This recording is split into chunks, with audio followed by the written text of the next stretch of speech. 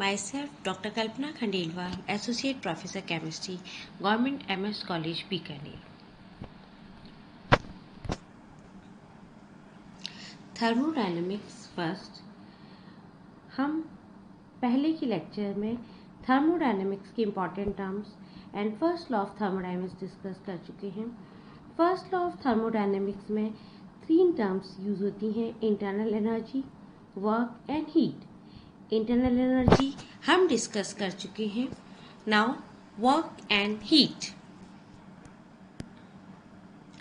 Concept of work and heat. Following facts should be kept in mind regarding the work and heat. Work and heat are produced on the boundary of a system. Work and heat are produced during the change in a state of a system. Work and heat are expressed in terms of change in surroundings. Work and heat are algebraical quantities, so they have positive and negative values. Work and heat both depends upon path, so they are non-state functions. Except some special conditions, neither W nor Q be differentiated and neither dW or dQ be integrated. So dW and dQ are inexact differentials. कार्य तथा ऊष्मा की धारणा. ऊष्मागति में कार्य ऊष्मा की धारणा अत्यंत महत्वपूर्ण है। इनको समझना अति आवश्यक है। निम्नलिखित चीज का ध्यान हमें रखना पड़ेगा जब हम कार्य और ऊष्मा को पढ़ेंगे। कार्य ऊष्मा तंत्र की सीमा पर उत्पन्न होते हैं। कार्य तथा ऊष्मा तंत्र की अवस्था परिवर्तन के दौरान उत्पन्न होते हैं। मतलब जब कोई अवस्था में परिवर्तन आएगा, एक स्टेट दूसरी स्टेट में बदलेगी, तब कार्य और ऊष्मा में परिवर्तन आएगा।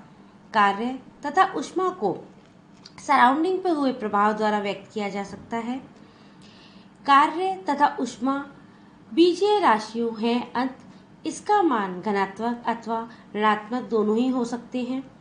कार्य एवं ऊष्मा दोनों ही अवस्था परिवर्तन के पथ पर निर्भर करते हैं, अर्थात ये अवस्था फलन नहीं है, इसलिए इन्हें ऊष्मागतिकी राशियां नहीं माना जाता है। कुछ विशेष परिस्थितियों को छोड़कर ना तो Q मतलब ऊष्मा और W कार्य का अवकलन और ना ही इनका समाकलन किया जा सकता है। इसलिए dQ dW को हम अयथार्थ अवकलन इनएक्सैक्ट डिफरेंशियल कहते हैं। इनएक्सैक्ट डिफरेंशियल सामान्यतः डी का उपयोग नहीं करते हैं हम उसमें।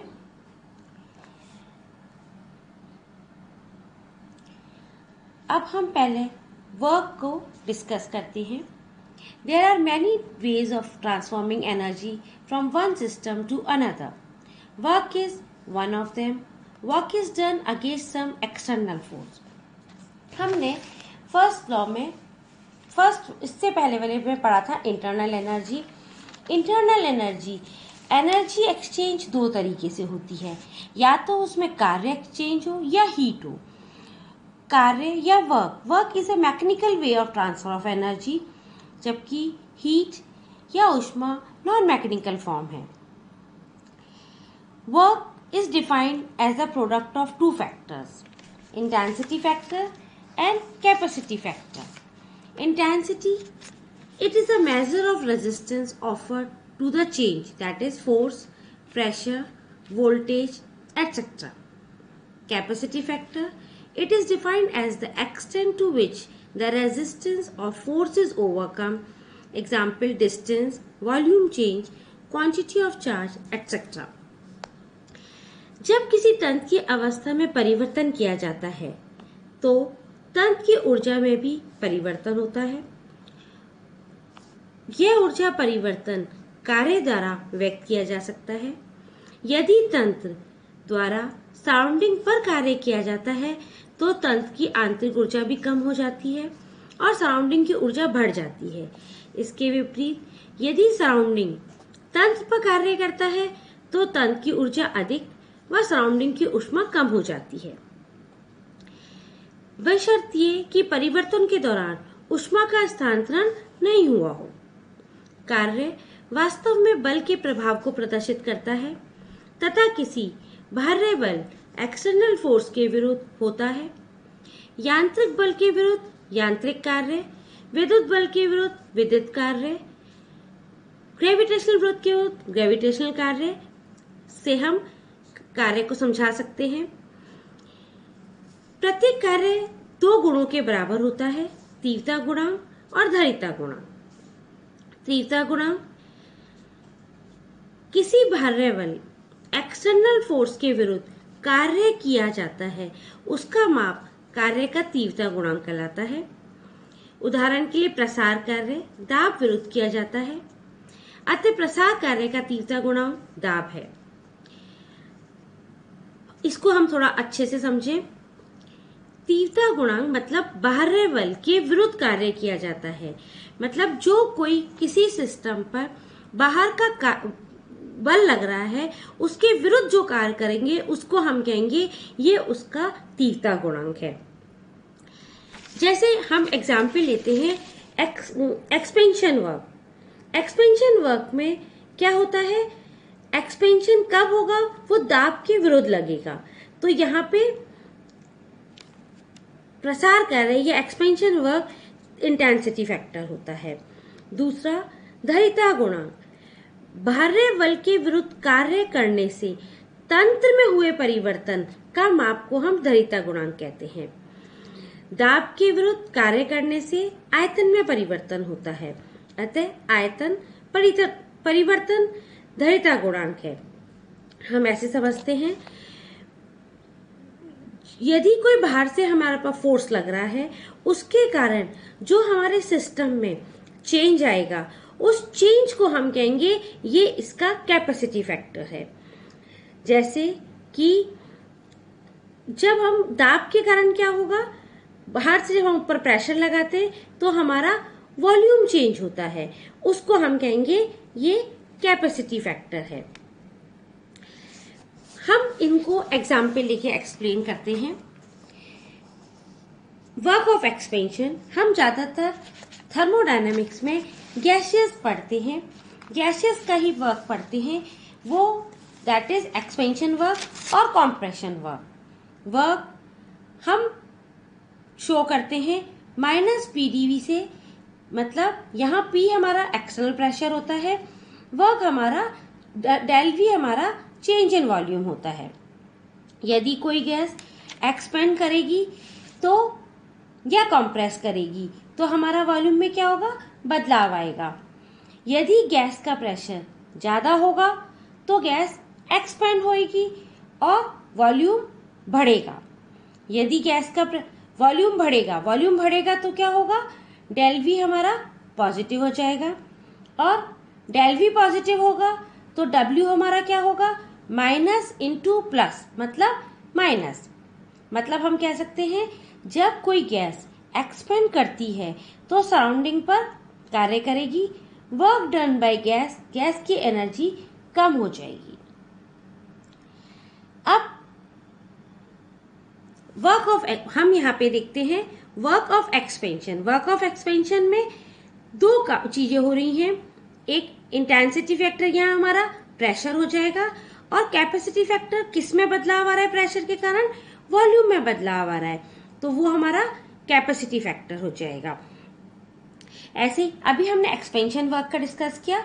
सपोज यदि हम उस गैस को कंप्रेस करते हैं, मतलब हम उस गैस पर काम करते हैं और हम उसको ऊपर से वर्क डन करेंगे, ऑन द सिस्टम करेंगे। जब हम ऑन द सिस्टम करेंगे तो हमारा यहाँ पे वॉल्यूम क्या हो रहा है, नेगेटिव, वॉल्यूम हमारा कम हो रहा है, मतलब डेल V हमारा नेगेटिव आएगा। नाउ हमने पहले बताया था W बराबर होता है -P del V, minus into minus, मतलब W हमारा हो जाएगा पॉजिटिव।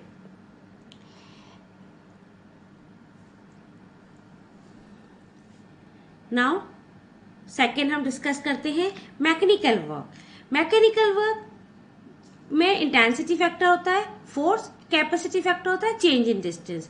हम मैकेनिकल वर्क, यदि हम एक टेबल को फोर्स से पुश करेंगे तो क्या होगा, उस फोर्स के कारण उस टेबल में क्या चेंज आएगा, डिस्टेंस चेंज हो जाएगी। जो पहले पास में थी वो अब दूर हो जाएगी, मतलब किस में बदलाव आया, उसकी डिस्टेंस में चेंज आया, इसलिए उसका कैपेसिटी वेक्टर हो जाएगा change in distance. Electric work में इंटेंसिटी फैक्टर होता है पोटेंशियल डिफरेंस, कैपेसिटी फैक्टर होता है कूलम्स। ग्रेविटेशनल वर्क में इंटेंसिटी फैक्टर होता है ग्रेविटेशनल फोर्स और कैपेसिटी फैक्टर होता है height. Now heat like work should be defined in terms of effect produced in the surrounding. Thus, if a mass of water in the surrounding is cooled, then heat has been added from the surrounding to the system. This heat is positive. Similarly, if mass of water in the surrounding is warmed, then heat has flowed from system to the surrounding and then the heat is negative. Heat, like work, appears only at the boundary of a system and it a path characteristic quantity arising only during a change of system. Heat ऊष्मागति में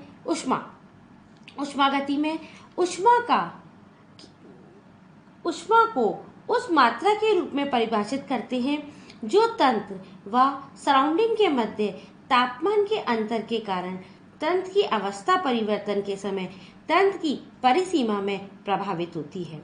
इन दोनों परिभाषाओं में निम्न बातें महत्वपूर्ण हैं। ये दोनों तंत्र की परिसीमा में प्रकट होती हैं। ये तंत्र की अवस्था परिवर्तन के समय प्रकट होती हैं। कार्य सराउंडिंग में हुए किसी परिवर्तन के रूप में प्रदर्शित होता है, जबकि सराउंडिंग में हुए किसी परिवर्तन में ऊष्मा का प्रदर्शन होता है। ये दोनों बीजगणितीय मात्रा हैं, मतलब ये धनात्मक और ऋणात्मक, पॉजिटिव और नेगेटिव दोनों हो सकती है। यदि हम सिस्टम को ऊष्मा देते हैं तो उसकी एनर्जी बढ़ जाती है, इसलिए वो पॉजिटिव होती है, और जब वो ऊष्मा देती है तो उसकी एनर्जी हीट में कमी आ जाती है, इसलिए नेगेटिव होती है। Now limitations of first law of thermodynamics. The limitation of first law of thermodynamics is that it does not say anything about the direction of flow of heat. It does not say anything whether the process is a spontaneous process or not. The reverse process is not possible. In actual practice, the heat doesn't convert completely into work. If it would have been possible to convert the whole heat into work, then we would drive ships across the ocean by extracting heat from the water of the ocean. Thank you.